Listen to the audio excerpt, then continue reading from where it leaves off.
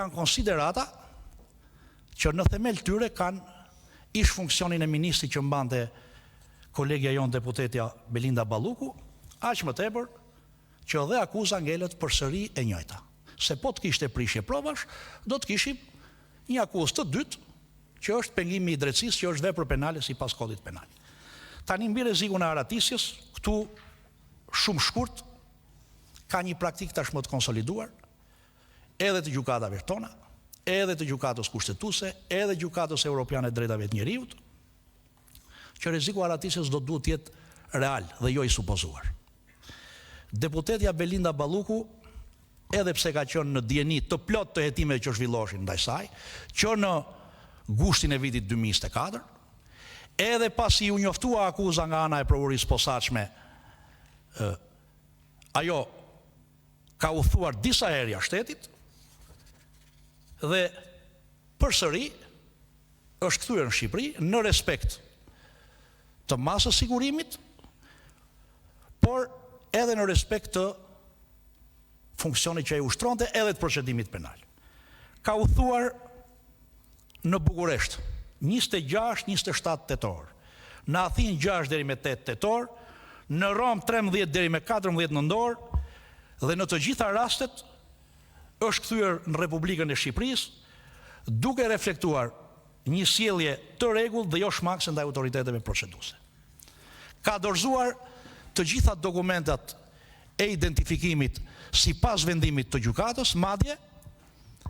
edhe kartën e re të identitetit, e cila ka dalë pasi është ekzekutuar masa e parë e ndalimit jashtë shtetit, sapo është marrë në dorë nga deputetja, mbrojtësit e deputetës e kanë dorëzuar pranë organit procedues. Dhe ju e dini shumë mirë që me kartë identiteti lëvizet në vendet e rajonit. Pra, çka tregon një sjellje korekte të deputetës Belinda Balluku në raport me hetimin penal që po zhvilloheshte ndaj saj. Pretendimi se sanksioni penal, pra shtimi i sanksionit penal, hipotetikisht mund të çojë në një rrezik për t'u aratisur, bie poshtë me fakte dhe prova konkrete. Kështu që edhe ky pretendim nuk qëndron. Mbi pretendimin për rrezikun e përsëritjes veprës penale. Këtu nuk dua të ndaloj, sepse edhe rreziku për përsëritjen e veprës penale kërkon të jetë real dhe jo hipotetik. Tani, mbahet konsiderat fakti që deputetja jon Belinda Balluku nuk ushtron më funksione ekzekutive në administratën shtetërore, por dhe një interpretim që bën prokuria posaçme në kërkesë, sipas të cilit çdo funksionar publik që ushtron një funksion publik administron fonde publike, do të mjaftonte për të justifikuar rrezikun e përsëritjes veprës penale, nuk qëndron.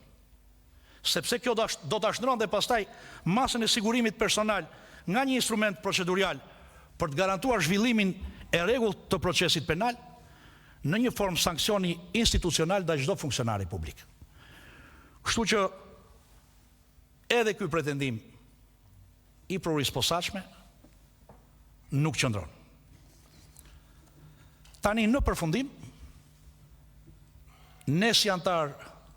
të majorancës në Këshillin për mandatet dhe imunitetet,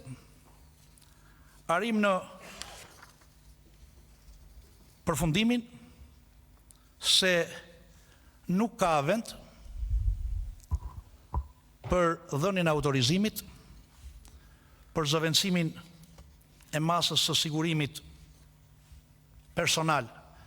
atë të ndalimit të daljes jashtë shtetit, me masën më të rëndë,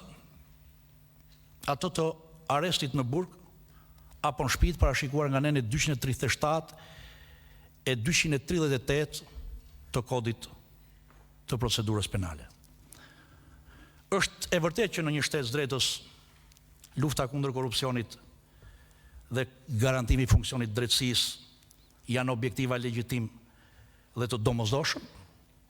por këto objektiva duhet realizohen gjithmonë në përputhje me parimet kushtetuese dhe me garancitë procedurale që mbrojnë liritë dhe drejtat themelore. Aq më tepër që nuk bëhet fjalë për vepër penale korrupsioni. Për këto arsye, në mbështetje të nenit 73 të Kushtetutës të Republikës Shqipërisë, neneve 260, 288 dhe 289 të Kodit të Procedurës Penale, si dhe neni 118 të Rregullores Kuvendit të Shqipërisë, ne si antar të shumicës parlamentare në Këshillin për Rregulloren, mandatet, imunitetin, i rekomandojmë seancës plenare dhe ju të nderuar kolegët deputet, rrëzimin e kërkesës për urinë e posaçme kundër korrupsionit dhe krimit organizuar, për dhënien e autorizimit për arrestimin, heqjen e lirisë deputetes zonjës Belinda Balluku, mosdhënien e këtij autorizimi, pasi nga shqyrtimi i materialeve dhe rrethanave që shoqërojnë kërkesën e për urinë e posaçme dhe relacionin përkatës, nuk rezulton të jenë evidentuar domosdoshmëria e vendosjes një mase të tillë në raport me ushtrimin e mandatit parlamentar dhe me funksionimin e institucionit të Kuvendit. Ky rekomandimi joni në asnjë rast nuk e pengon për urinë e posaçme që të vazhdoj hetimet në ngarkim të deputetes Belinda Balluku. Sigurisht ka një mas të sigurimit personal, ato të ndalimit të daljes jashtë shtetit, që e garanton plotësisht gjithmonë vlerësimin ton vazhdimin e procedimit penal të nisur ndaj saj, dhe ne këtë e konsiderojmë si një çështje që ta shpejtakon drejtësisë. Por masat e sigurimit personal